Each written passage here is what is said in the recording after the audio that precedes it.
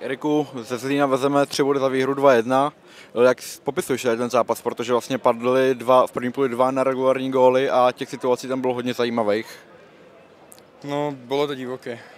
Sme zvyknutí, že to je väčšinou so Zlínom zápas o 1, o 2 góloch. Dnes to bolo trošku rodeo, ale chvála Bohu, vlastne tam boli 2-krát alebo 3-krát postavení mimo hry. Takže to má bol ako offside a bohužiaľ, že mne takisto neuznali ten jeden gól. Ja som nevidel vlastne zábery, či to bolo za čiarou alebo nebolo. Ale najdôležitejšie je to, že sme to dneska zvládli za 3 body.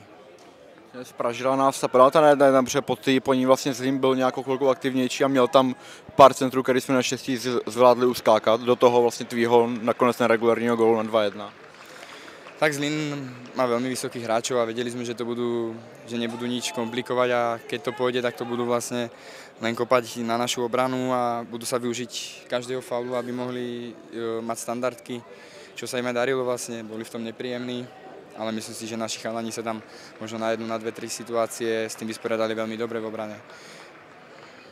Jaká byla naše strategie do té druhé půly? Jsme viděli, čekali jsme vlastně, že Zlín bude hodně tlačit, protože potřeboval nutně ty 3 body v tom svém boji o záchranu.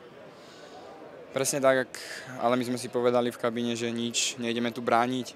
Nejaký výsledok 1-1, už tých remis si myslím pre každého bolo dosť. Dneska sme si povedali, že tu proste vyhráme, aj keby sa dialo, čo sa má. A každý musel pridať bežecky, fyzične, proste bolo to náročné utkání, ale myslím si, že sme to zvládli a s tým plánom sme išli jasným, proste nedať im milimeter priestoru, brať druhé lopty, tie odrazené. Myslím si, že sme si s tým poradili dobre.